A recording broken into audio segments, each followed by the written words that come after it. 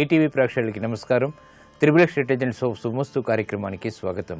ఈనాడు శుభమస్తు కార్యక్రమంలోని గ్రహఫల మంచంలో గ్రహాల యొక్క స్థితిగతులు, వాటి యొక్క శుభాశుభ ఫలితాల గురించి పరిశీలిద్దాం. అలాగే ఈరోజు 12 రాసుల వారికి ఏ సంఖ్యలు కలిసి వస్తాయి, రంగుల యొక్క ప్రాధాన్యత, ఏ దేవతల్ని పూజించాలి, ఎటువంటి దేవతా స్తుతులు పఠించాలి, ముఖ్యంగా 12 రాసుల వారు ఈరోజు చేపట్టవలసినటువంటి కార్యక్రమాలు ఏమిటో కూడా పరిశీలిద్దాం. ముందుగా నేటి పంచాంగ వివరాలు. శ్రీ జయనామ సంవత్సరం మాఘమాసం ఉత్తరాయణం శిశిర ఋతువు. ఈరోజు మాఘశుద్ధ ద్వాదశి, దీన్ని వరాహ ద్వాదశి అంటాం.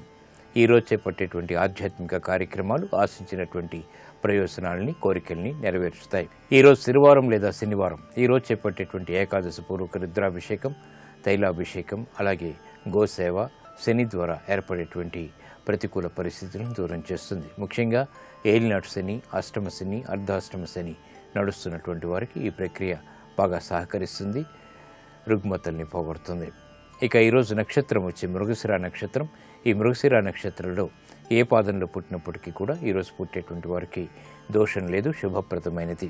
ఈ మృగశిర నక్షత్రంలో పుట్టేటువంటి వారికి కుజ మహాదశతోటి ప్రారంభమవుతుంది. ఇక ఈరోజు 12 రాసుల వారికి ఏర్పడేటువంటి శుభాశుభ ఫలితాన్ని పరిశీలిద్దాం. ముందుగా మేషరాశి.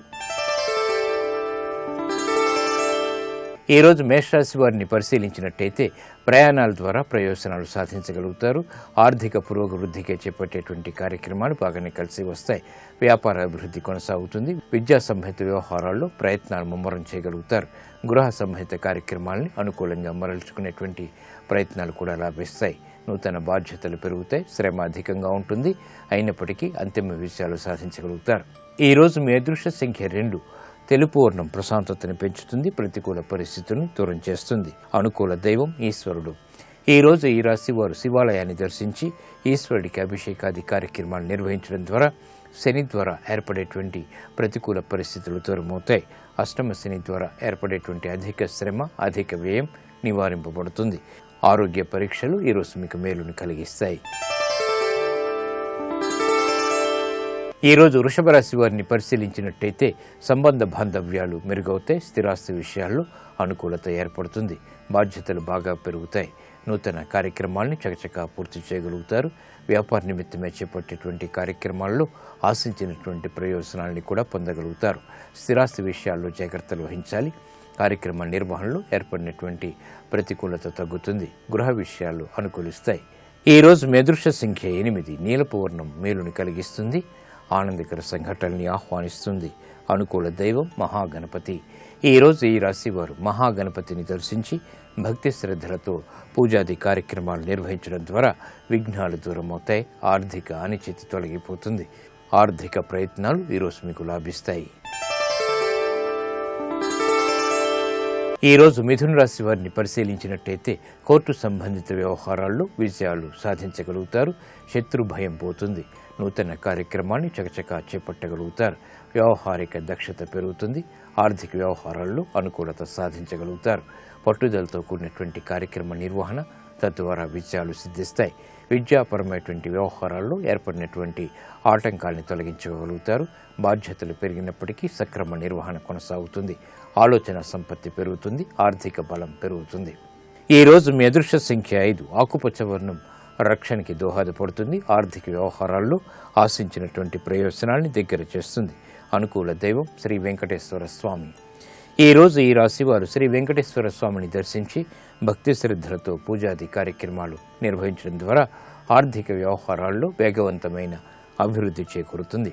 ఆర్థిక వ్యవహారాలు, లావాదేవీలు, సంభాషణలు ఈరోజు మీకు ఉపకరిస్తాయి. ఈరోజు కర్కాటక రాశి వారిని పరిశీలించినట్టయితే మానసిక రుగ్మతలు ప్రబలమవుతాయి. పిల్లల విషయంలో జాగ్రత్తలు వహించాలి.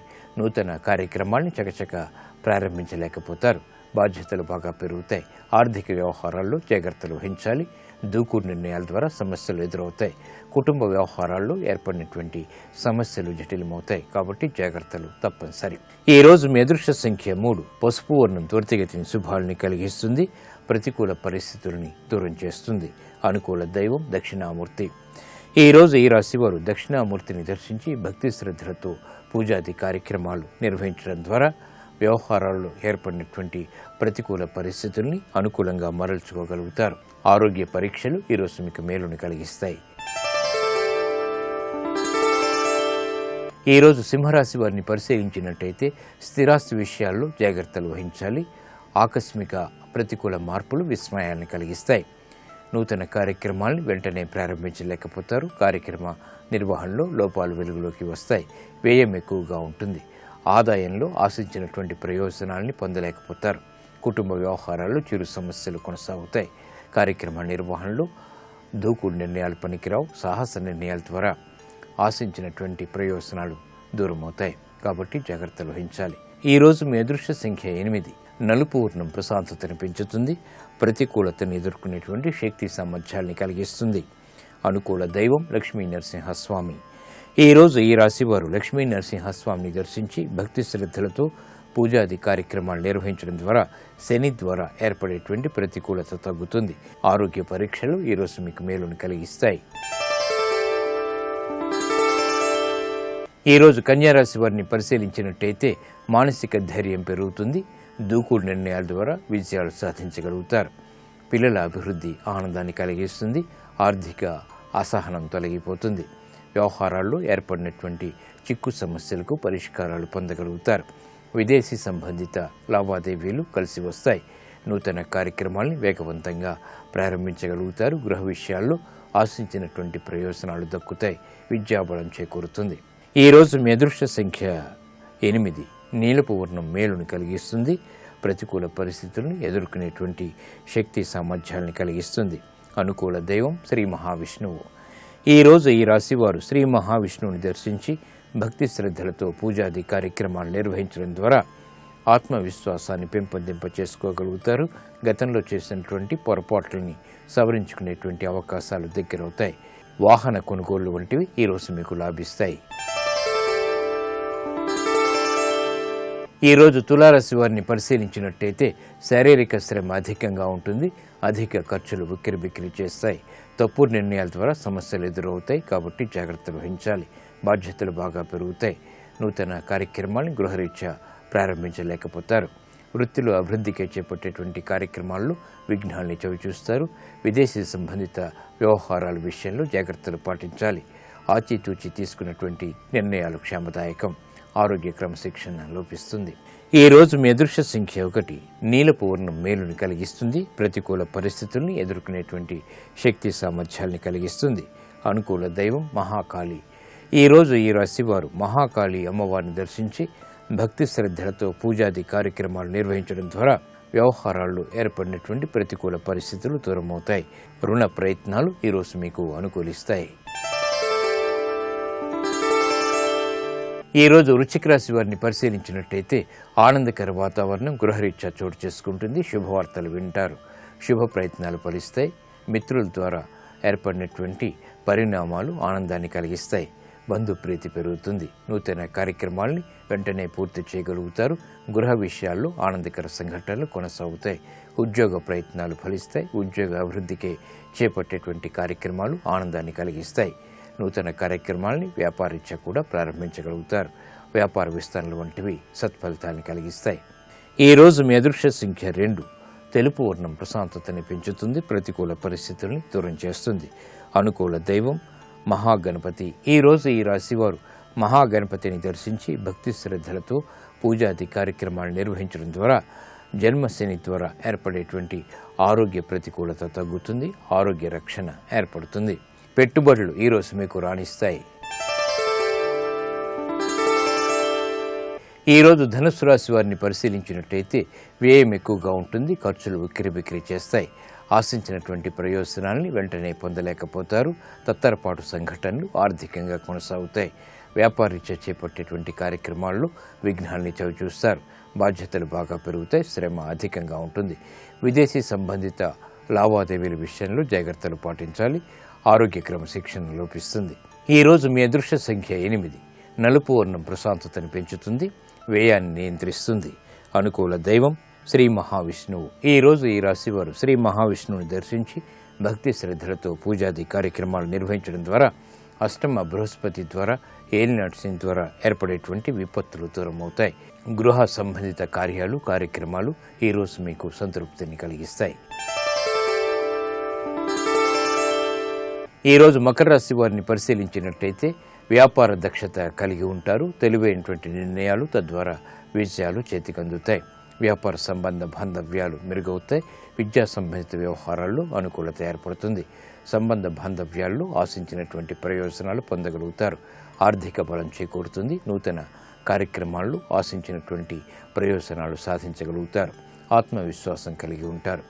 విదేశీ సంబంధిత వ్యవహారాలు ప్రక్రియలు బాగా లాభిస్తాయి. నూతన కార్యక్రమాలను గృహరీత్యా చేపట్టగలుగుతారు.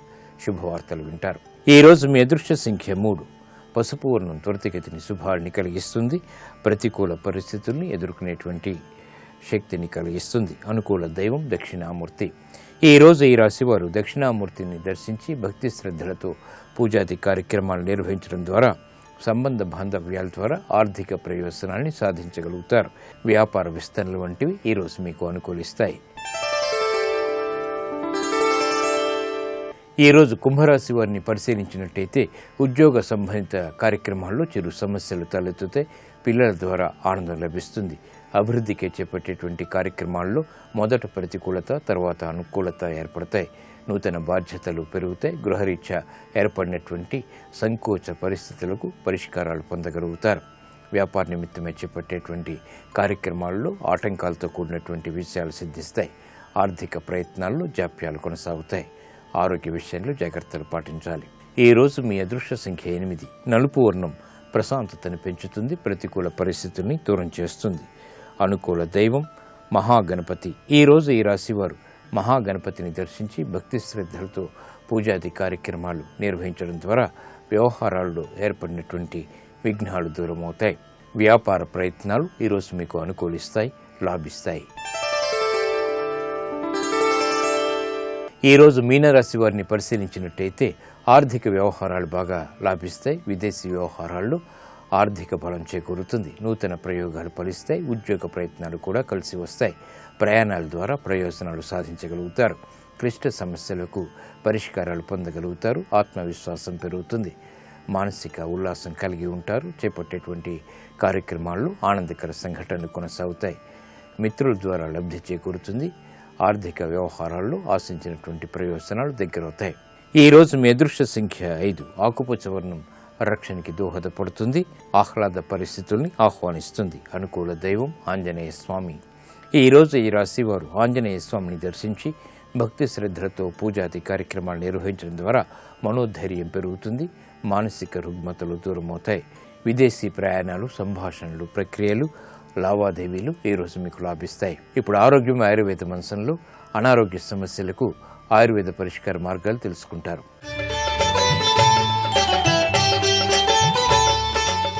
నమస్కారం.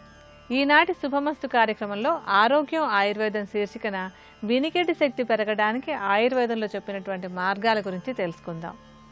మామూలుగా మనకి ఏదైనా ఒక శబ్దం వినపడాలన్నా, ఒక మాట వినపడాలన్నా మన చెవి లోపల ఉండేటువంటి 3 ఎముకలు బాగా పనిచేయాలి. అంటే చెవిలో ఉండేటువంటి కర్ణభేరి ఈ మనకు శబ్ద తరంగాలను తీసుకుని ఆ తరంగాలని చెవి లోపల ఉండేటువంటి ఎముకల సముదాయానికి పంపిస్తే అక్కడి నుంచి నరాల ద్వారా మనకి మెదడుకు చేరి ఆ శబ్దం ఏమిటనేది మనకు తెలుస్తూ ఉంటుంది. ఇలా అంటే మన వినికిడి శక్తి బాగుండాలంటే మన చెవిలో ఉండేటువంటి కర్ణభేరి, ఆ లోపల ఉండేటువంటి ఎముకలు, దాని లోపల ఉండేటువంటి నరాలు ఇవన్నీ కూడా బాగా పనిచేస్తే మనం చక్కగా వినగలుగుతాం. అయితే కొన్ని సందర్భాల్లో వీటిలో ఎక్కడో ఒక డ్యామేజ్ వచ్చి మనకి వినపడేటువంటి శక్తి తగ్గుతూ ఉంటుంది.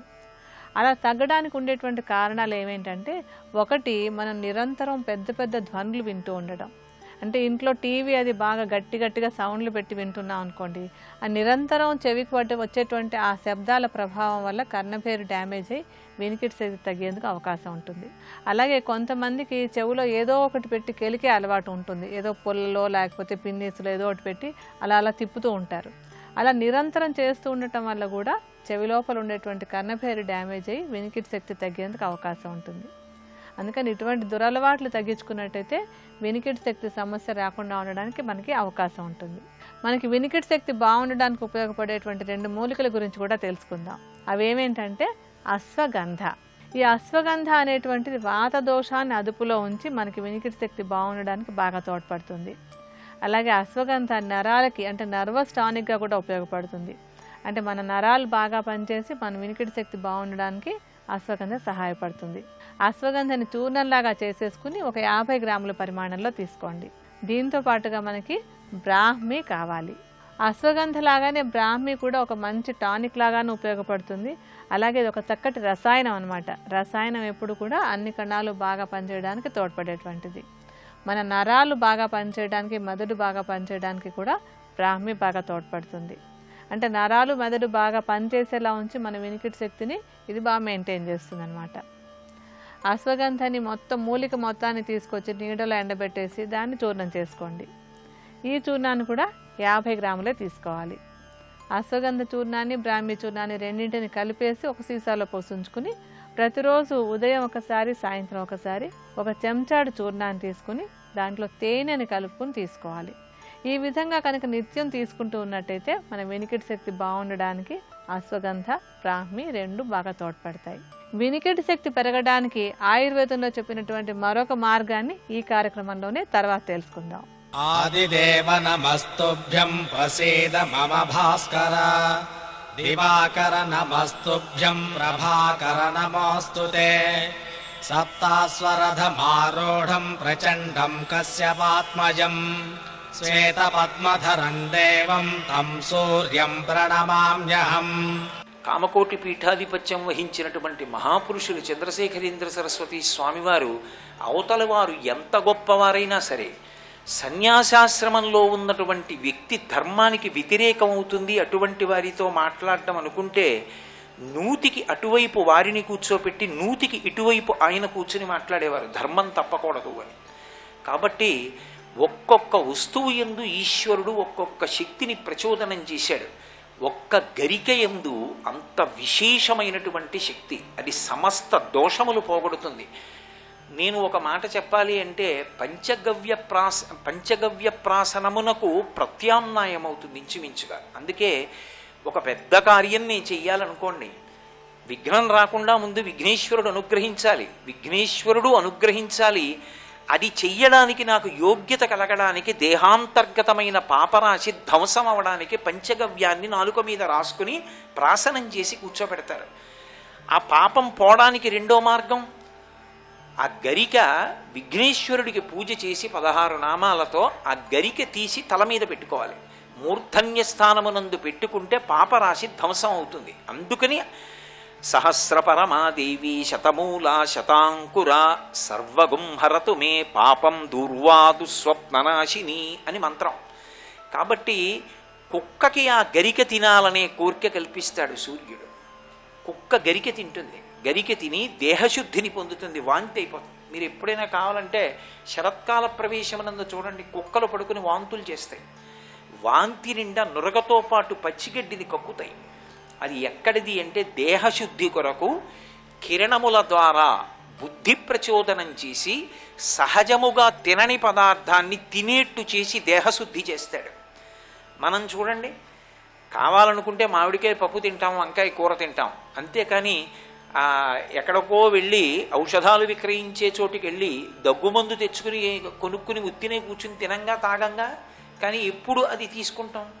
శరీరానికి రుగ్మత వస్తే ఔషధాన్ని సేవిస్తాం. మనకి శరీరానికి రుగ్మత వచ్చిందని తెలుసు, వైద్యుణ్ణి పట్టుకుని ఔషధం తీసుకోవడం తెలుసు. సమస్త భూతకోటికి ఆయనే వైద్యుడై బుద్ధి ప్రచోదనం చేస్తాడు. గడ్డి పరక తినవే, నీకున్న దోషం పోతుంది. తిని అది కక్కి తన దేహాన్ని శుద్ధి చేసుకుంటాడు.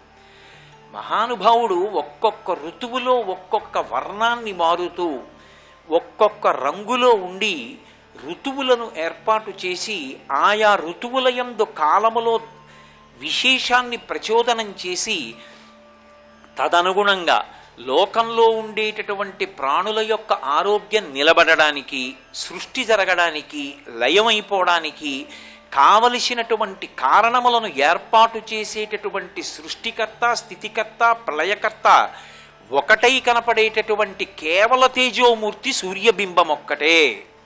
ఎందుచేత అంటే మీరు ఒక సాకార రూపాన్ని ఎదురుగుండా పెట్టి పూజ చేశారనుకోండి, ముందు ప్రారంభంలో పూజలో ఏమంటామంటే ఆయనని నేను పూజ చేస్తున్నాను అని దేశకాల సంకీర్తనం చేసి నా ఎదురుగుండా ఉన్నవాడిని ఒక పేరుతో పిలుస్తాను. ఏదో ఈయన వెంకటరమణుడు, నేను పూజ చేస్తున్నాను.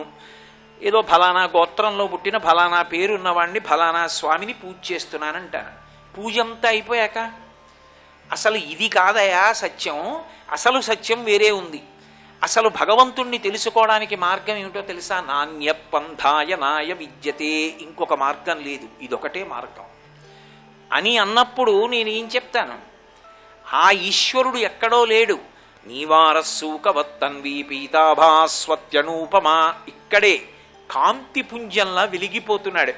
వడ్డుగింజ యొక్క చివరి భాగం మొన ఎలా గీరుకుంటుందో ఇలా అంటే, అలా అంత చిన్న రూపం బిందు రూపంలో లోపల ప్రకాశిస్తున్నాడు. మళ్ళీ తస్య మధ్యే, ఆ మధ్యలో వెలుగుల ముద్దగా వెలుగుతున్నాడు. దాన్ని ఏ పేరు పెట్టి పిలు, నీ ఇష్టం. అది దివ్ ప్రకాశం. స బ్రహ్మ సశివ సహరిసేంద్ర సోక్షర పరమస్వరాట్ రాజాధిరాజాయ ప్రసజ్య సాహిని. అందుకే పోతన గారు భాగవతం చేస్తూ 3 లోకములకు 3 కాలములకు 3 రూపములకును మూలమగుచు భేదమగుచు తుదిగ భేదమయ్యొప్పారు బ్రహ్మమనగ నీవే పాలనయన అంటారు.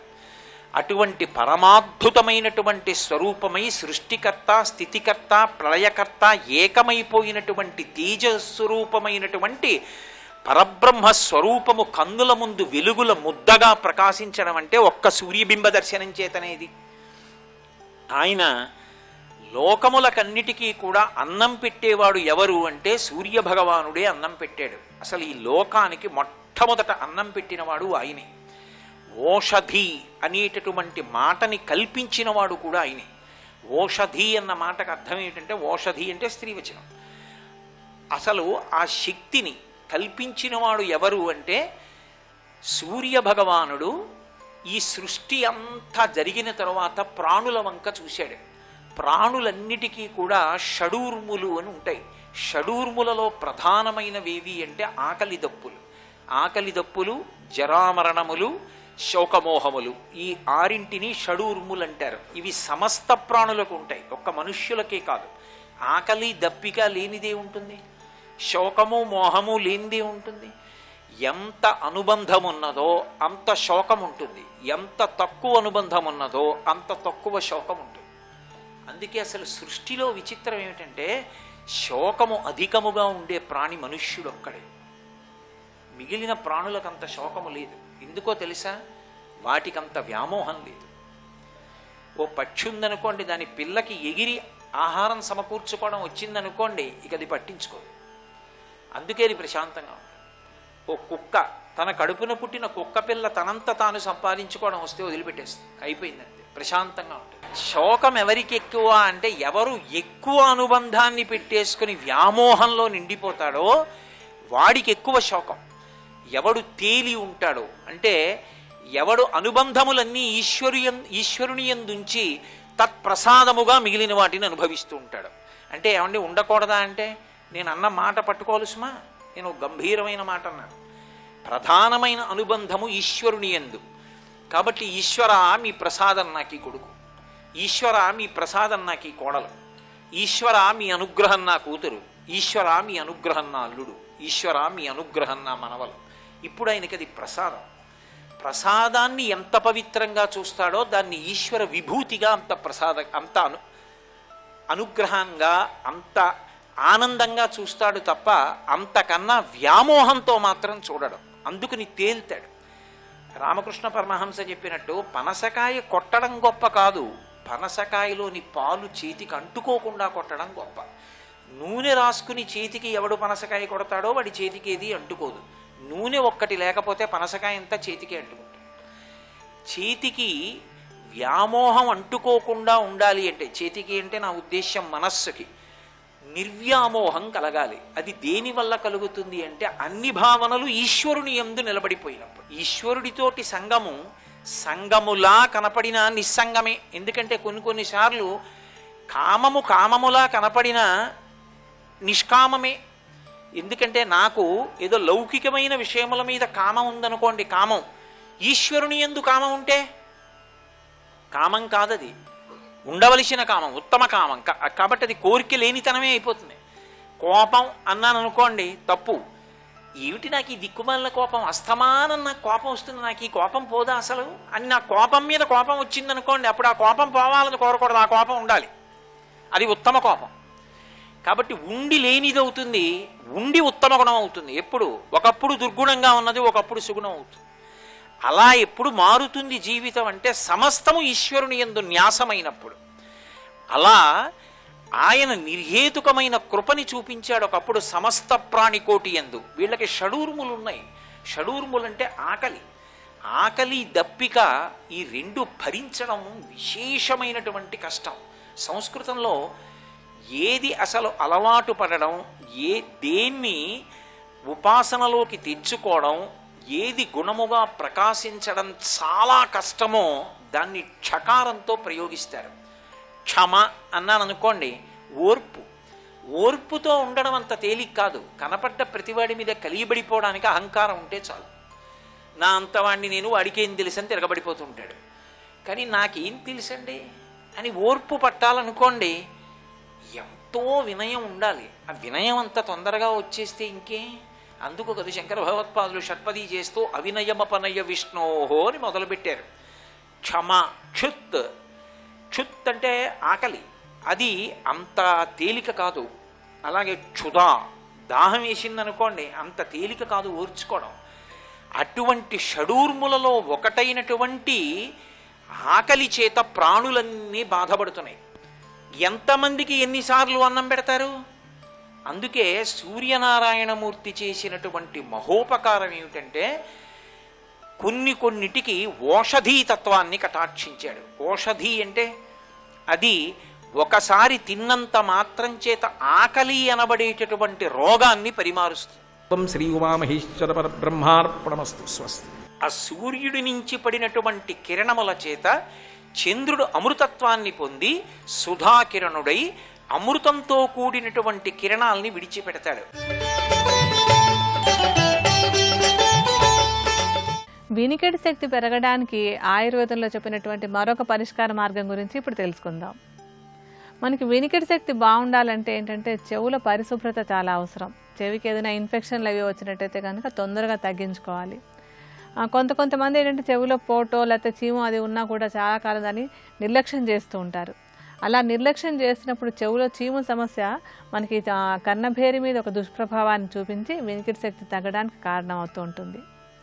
అలాగే వినికిడి శక్తి బాగుండడానికి ధూమపానం అనేటువంటిది ఆటంకం అవుతుంది. అందుకని ధూమపానం అలవాటు ఉన్నటువంటి వాళ్ళు వీలైనంత తొందరగా అలవాటును తగ్గించేసుకుంటే ముందు ఈ వినికిడి శక్తి సమస్య రాకుండా ఉండేందుకు అవకాశం ఉంటుంది. అలాగే వినికిడి శక్తి బాగుండడానికి ఒక చక్కటి ఆయుర్వేద తైలాన్ని తయారు చేసుకోవచ్చు. ఈ ఆయుర్వేద తైలం తయారు చేసుకోవడానికి మనకి కావాల్సినటువంటి మొదటి మూలిక ఏంటంటే లేత మారేడు కాయలు. ఈ మారేడు చెవికి చాలా చక్కటి టానిక్ లాగా ఉపయోగపడుతుంది.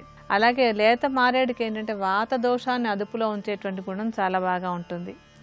వాత దోషం గతి తప్పినట్టయితే కనుక వినికిడి శక్తి తగ్గేందుకు అవకాశం ఉంటుంది.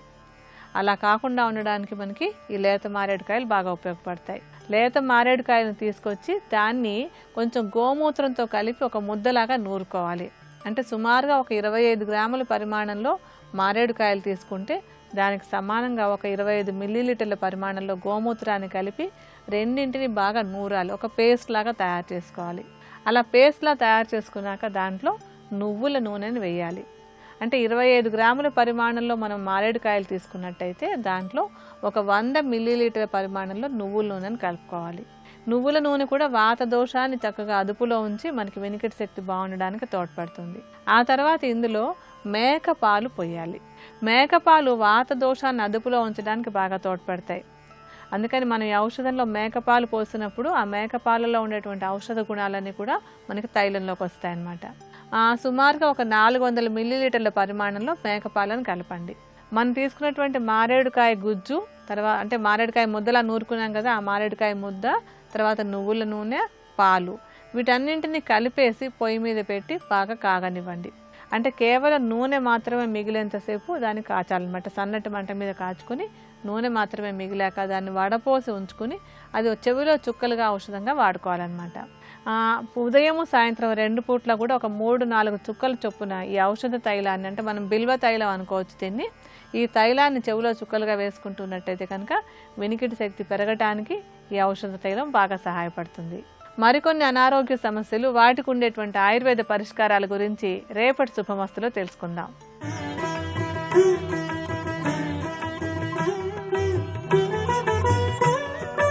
త్రిబులెక్స్ డిటర్జెంట్ సోప్ శుభమస్తు కార్యక్రమంలో శుభయోగం శీర్షికకి స్వాగతం. ఈ శీర్షికన దీపారాధన కార్యసిద్ధికి విజయ లబ్ధికి ఏ విధంగా సహకరిస్తుందో పరిశీలిద్దాం. ప్రతిరోజు సంధ్యా సమయంలో ఒక రాగి ప్రమిదలో ఆవు నెయ్యి, నువ్వుల నూనె, ఆముదం ఈ మూడింటిని కలిపి పోసి ఇష్టదైవం ముందు దీపాన్ని వెలిగించినట్లయితే ఉద్యోగం లేని వారికి ఉద్యోగ సిద్ధి ఏర్పడుతుంది. స్థిరమైన జీవనోపాధిని పొందటానికి ప్రతిరోజు సంధ్యా సమయంలో రాగి ప్రమిదలో ఆవు నెయ్యి, నువ్వుల నూనె, ఆముదం కలిపి చేసేటటువంటి దీపారాధన ఎంతగానో సహకరిస్తుంది. అలాగే ప్రతిరోజు గృహంలో రాగి ప్రమిదలో ఆవు నెయ్యి పోసి 5 ఒత్తులు వేసి సంధ్యా సమయంలో దీపాన్ని వెలిగించినట్లయితే కోరుకున్న జీవిత భాగస్వామి లభిస్తుంది. అదేవిధంగా జాతక చక్రంలో ఉన్నటువంటి శనిగ్రహ సంబంధమైనటువంటి దోషాలన్నీ నివారించబడతాయి. దాంపత్య జీవితంలో విభేదాభిప్రాయాలు ఎక్కువగా ఉన్నటువంటి తరుణంలో దంపతుల మధ్య చక్కటి అన్యోన్య వాతావరణాన్ని పెంపొందింపజేసుకోవటానికి ప్రతిరోజు వినాయకుడు, శివుడు వీళ్ళిద్దరి ముందు కొబ్బరి నూనెతో 5 ఒత్తులు వేసి దీపాన్ని వెలిగించాలి. ఇలా చేసినట్లయితే దంపతుల మధ్య అనురాగపూర్వకమైనటువంటి వాతావరణం ఏర్పడుతుంది. అలాగే ప్రతిరోజు రాహుకాలంలో పరమేశ్వరుడి చిత్రపటం ముందు దీపాన్ని వెలిగించినట్లయితే గ్రహదోషాలను నివారింపజేసుకుని గ్రహాల యొక్క అనుగ్రహాన్ని చాలా సులభంగా పొందవచ్చు. అదేవిధంగా ప్రతిరోజు సంధ్యా సమయంలో నువ్వుల నూనెతో దీపాన్ని వెలిగిస్తూ 40 రోజుల పాటు ఆ విధంగా దీపాన్ని వెలిగించినట్లయితే ఏలిన నాటి శని దశ జరుగుతున్నటువంటి సమయంలో శనిగ్రహం యొక్క పరిపూర్ణమైన అనుగ్రహాన్ని సులభంగా పొందవచ్చు.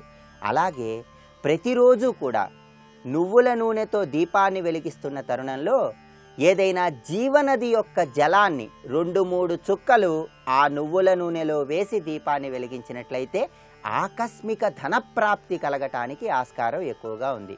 అందువల్ల అష్టైశ్వర్య సిద్ధికి, ఆకస్మిక ధనప్రాప్తికి ప్రతిరోజు నువ్వుల నూనెతో దీపాన్ని వెలిగిస్తున్న తరుణంలో 2 లేదా 3 చుక్కల జీవనది యొక్క జలాన్ని వేసి దీపాన్ని వెలిగించండి.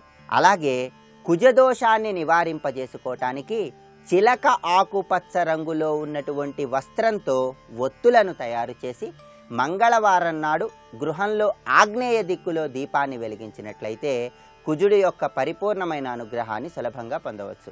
అదేవిధంగా లేత ఎరుపు రంగులో ఉన్నటువంటి వస్త్రాన్ని తీసుకొని ఆ వస్త్రంతో ఒత్తులను తయారు చేసి ఆదివారం నాడు తూర్పు దిక్కులో దీపాన్ని వెలిగించినట్లయితే సమస్త అనారోగ్య సమస్యలు నివారించబడి సూర్యగ్రహ దోషాలను తొలగింపజేసుకొని సూర్యుడి యొక్క పరిపూర్ణమైన అనుగ్రహాన్ని సులభంగా పొందవచ్చు. అదేవిధంగా ముదురు నీలం రంగులో ఉన్నటువంటి వస్త్రాన్ని తీసుకొని ఆ వస్త్రంతో ఒత్తులలాగా తయారు చేసి శనివారం నాడు గృహంలో పశ్చిమ దిక్కులో ఆ ఒత్తులతో దీపాన్ని వెలిగించినట్లయితే సమస్త శనిగ్రహ దోషాలు నివారించబడి శని యొక్క పరిపూర్ణమైన అనుగ్రహాన్ని సులభంగా పొందవచ్చు. అలాగే పసుపు కలిపినటువంటి నీళ్లలో ఒక నూతన వస్త్రాన్ని ముంచి దాన్ని ఆరబెట్టిన ఆ వస్త్రంతో ఒత్తులలాగా తయారు చేసి ప్రతి నెలలో వచ్చే శుద్ధ పంచమి తిథి నాడు గాయత్రీదేవి చిత్రపటం ముందు ఆ ఒత్తులతో దీపాన్ని వెలిగించినట్లయితే కుటుంబ సభ్యుల మధ్య ఉన్నటువంటి విభేదాభిప్రాయాలని తొలగించబడి కుటుంబ సభ్యులందరూ కూడా పరిపూర్ణమైనటువంటి అనురాగంతో విరాజిల్లటానికి ఆస్కారం ఎక్కువగా ఉంది. అదేవిధంగా నీళ్లలో గంధం వేసి గంధం కలిపినటువంటి నీళ్లలో ఒక ఎరుపు రంగు వస్త్రాన్ని ముంచి ఆ తర్వాత ఆ వస్త్రాన్ని ఆరబెట్టి ఆ వస్త్రంతో ఒత్తులలాగా తయారు చేసి ప్రతిరోజు ఆ ఒత్తులతో ఇలవేల్పు ముందు దీపాన్ని వెలిగించినట్లయితే సంతానం లేని వారికి చాలా సులభంగా సంతానం సిద్ధిస్తుందని మనకి శాస్త్రాలలో వర్ణించడం జరిగింది. అదేవిధంగా ఏ నెలలోనైనా సరే ఆరుద్రా నక్షత్రం ఉన్న సమయంలో నీటిలో పన్నీరు గంధము వేసి పన్నీరు గంధం వేసినటువంటి నీళ్లలో ఒక నూతన వస్త్రాన్ని ఉంచి ఆ తర్వాత ఆ వస్త్రాన్ని ఆరబెట్టి ఆ వస్త్రంతో ఒత్తులలాగా తయారు చేసి పరమేశ్వరుడి చిత్రపటం ముందు ఆ ఒత్తులతో దీపాన్ని వెలిగించినట్లయితే సమస్త దీర్ఘకాలిక అనారోగ్య సమస్యలు నివారించబడి చక్కటి ఆరోగ్యాన్ని సిద్ధింపజేసుకోవటానికి ఆస్కారం ఎంతగానో ఉంది. అలాగే స్త్రీలందరూ మానసిక ప్రశాంతతను పొందటానికి 5 ఒత్తులు కలిపి ఒక ఒత్తిలాగా తయారు చేసి అలాంటి 5 ఒత్తులు వేసి ఆవు నెయ్యి పోసి ప్రతిరోజు ఇష్టదైవం ముందు దీపాన్ని వెలిగించినట్లయితే సర్వ మానసిక అశాంతులు నివారించబడి మానసికంగా చక్కటి ప్రశాంతతను పొందటానికి ఆస్కారం ఎంతగానో ఉంది. దీపారాధన చేయండి. రకరకాల దీపారాధనల ద్వారా కార్యసిద్ధిని విజయలబ్ధిని పెంపొందింపజేసుకోండి. ఇంకా కార్యసిద్ధికి సంబంధించిన మరిన్ని ప్రక్రియలను గురించి వచ్చే శనివారం శుభమస్తు కార్యక్రమంలో శుభయోగం శీర్షికను తెలుసుకుందాం.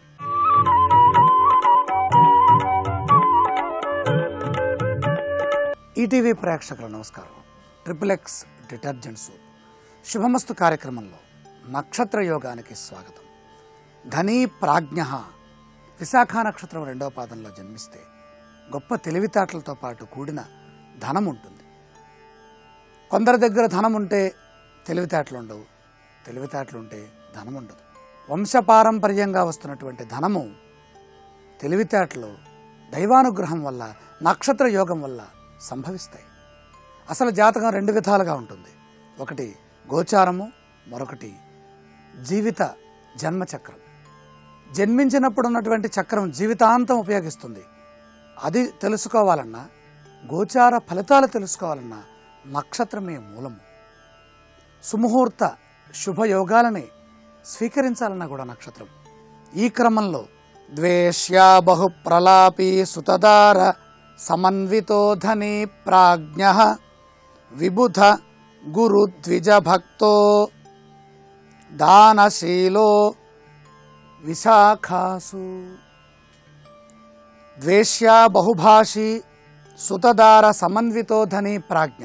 వాదనా పటిమ కలిగిన వారు విశాఖ నక్షత్రం 2వ పాదంలో జన్మించడం ద్వారా భోగాంశ శుక్రుడి యొక్క ఆధిపత్యంలో గురు మహాదశ నక్షత్ర రాశి తుల శుక్రుడి యొక్క మహిమ అధికంగా కనపడుతుంది. అందులో 2వ పాదం అంటే వృషభాంశ.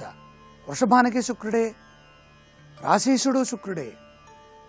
కాబట్టి ఇక్కడ శుక్రుడి యొక్క అనుగ్రహం వల్ల పరిపూర్ణమైన వాదనా పటిమ అమోఘంగా అద్భుతంగా ఉంటుంది.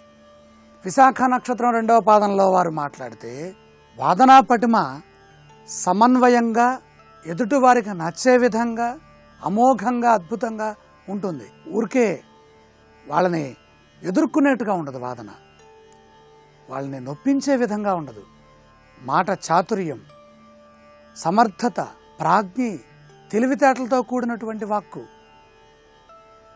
అనవసరంగా మాట్లాడటం అనేది ఉండదు.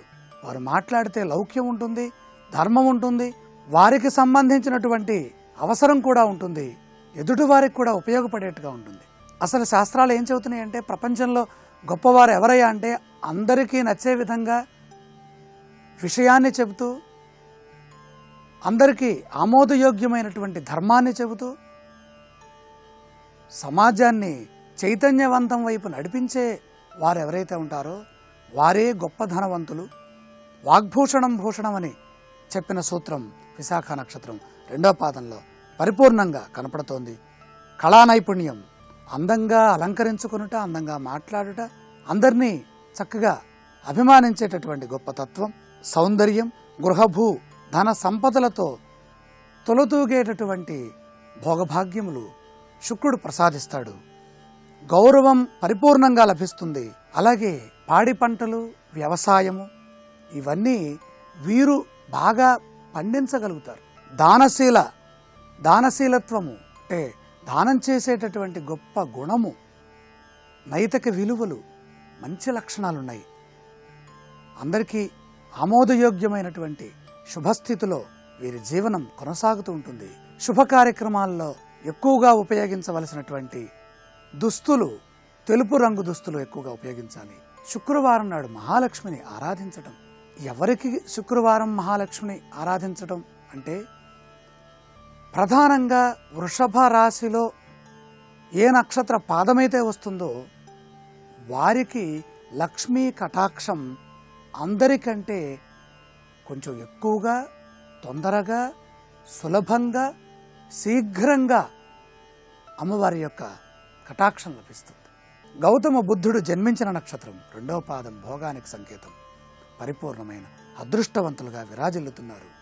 ఎటువంటి దోషములు లేకుండా మంచి భావనలతో ముందుకు వెళతారు.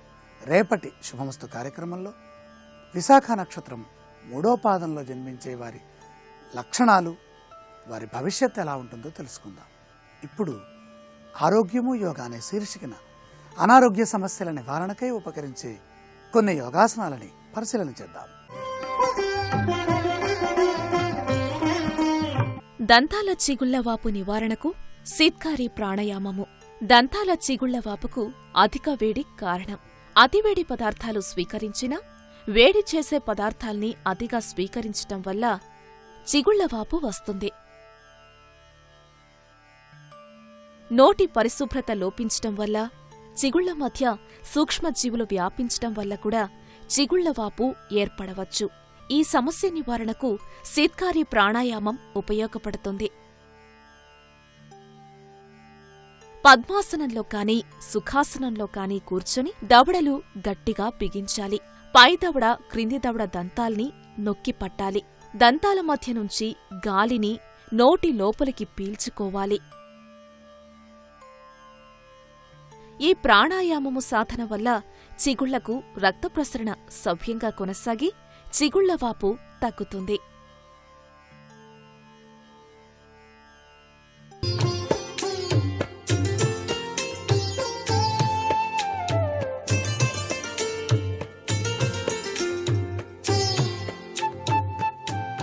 XXX డిటర్జెంట్ సోప్ శుభమస్తు కార్యక్రమంలో గృహబలం అంశానికి స్వాగతం. వాస్తురీత్యా తల్లిదండ్రులు ఎచ్చట ఉంటే చాలా మంచిది అనేటువంటి విషయాన్ని కూడా గుర్తుపెట్టుకోవాలి.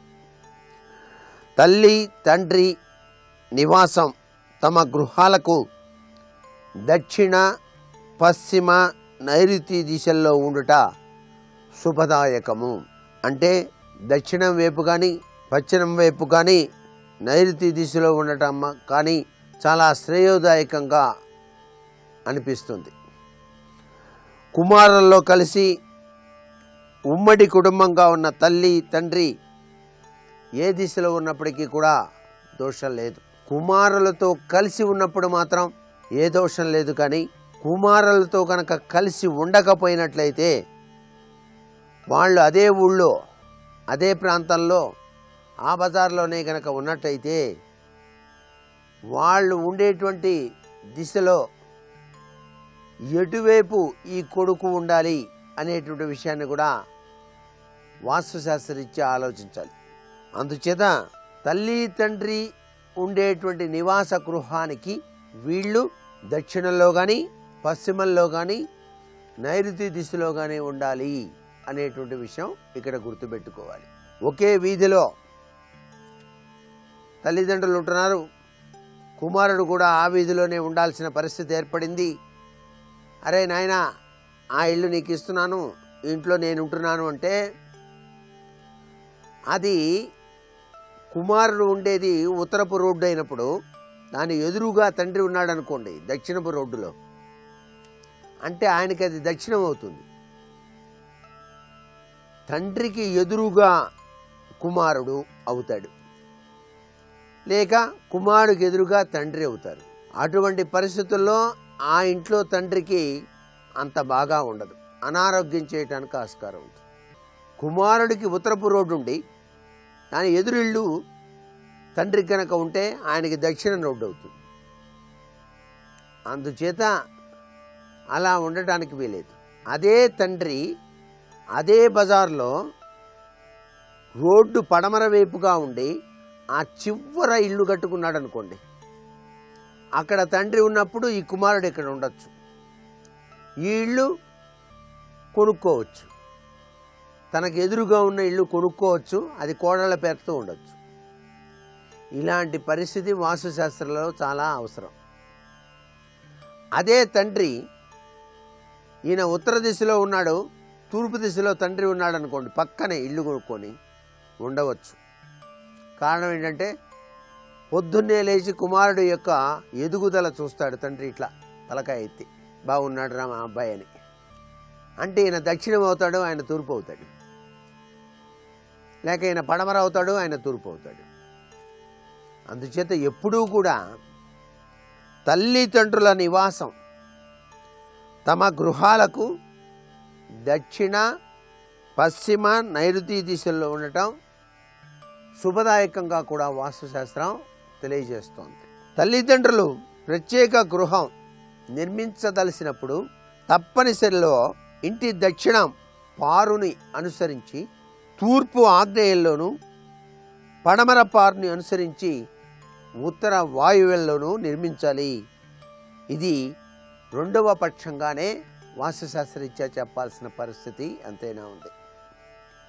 తన ఇంటికి సరిహద్దు వెంబడి తూర్పు, ఉత్తర, ఈశాన్య దిశల్లో ఇతరుల యొక్క గృహములు రోడ్డు అడ్డులేని పద్ధతిలో ఉన్న మహాదోషం కలుగుతుంది. ఇది చాలా ముఖ్యమైనటువంటి విషయం అండి. ఇతనుగాడు ఉండేటువంటి ఇంటికి సరిహద్దు వెంబడే తూర్పు కానీ, తూర్పు ఉత్తరంలో కానీ, ఈశాన్య దిశల్లో కానీ ఇతరుల యొక్క గృహాలు ఏవి కూడా అడ్డులేని పద్ధతిలో ఉన్నప్పుడు మహాదోషంగా పరిగణిస్తాం వాస్తుశాస్త్రరీత్యా. తన ఇంటికి, తండ్రికి ఇంటికి మధ్యలో ఇతరుల గృహాలు కానీ, రాకపోకలు ఉన్నటువంటి గవర్నమెంట్ వీధి కానీ ఉన్నా దోషం లేదు. ఎప్పుడూ కూడా తండ్రి ఒక బజార్లో ఉండాలి, కుమారుడు మరొక బజార్లో ఉండొచ్చు, దానివల్ల నష్టం లేదు. కానీ ఆ యొక్క బజార్ల విషయంలో జాగ్రత్త వహించాలి. తండ్రి పడమర వైపు ఉన్నటువంటి బజార్లో, ఆ రోడ్డు పడమర వైపు ఉంటుంది, ఆయన చివర ఎక్కడో ఉంటున్నాడు. కుమారుడు ఇక్కడ పడమర దిశలోనూ ఉత్తర దిశలోనూ ఉన్న ఇంట్లో ఉంటున్నాడు అనుకోండి, అప్పుడు ఉండటం వల్ల నష్టమేమీ లేదు. తండ్రికి ఉన్నతమైనటువంటి స్థితి కోసం కుమారుడు కూడా పాకులాడతాడు. అంటే తండ్రి కూడా తన తనయుడు గురించి ఆలోచన చేస్తాడు, కుమారుడు కూడా తన తండ్రి గురించి ఆలోచన చేస్తాడు. అవినాభావ సంబంధాలు, ఆత్మీయత, అనురాగాలు చాలా చక్కగా విరాజిల్లుతాయి. మరికొన్ని ముఖ్య విషయాలు సోమవారం నాటి శుభమస్తు కార్యక్రమాలు తెలుసుకుందాం. ఇప్పుడు ఆరోగ్యం యోగా అనే శీర్షికన అనారోగ్య నివారణకు ఉపకరించే కొన్ని యోగాసనాలు ఏమిటో చూద్దాం. చిగుళ్లవాపు సమస్య నివారణకు త్రికోణ ఏకపాద ఉత్తానాసనం కూడా ఉపయోగపడుతుంది. నిల్చొని మెల్లిగా ముందుకు వంగాలి. కుడికాలు కుడిపక్కకు, ఎడమకాలు ఎడమపక్కకు చాపాలి. ఓ కాలును మెల్లిగా పైకి ఎత్తాలి. ఆ తర్వాత మరో కాలితో ఈ ఆసనాన్ని పునరావృతం చెయ్యాలి.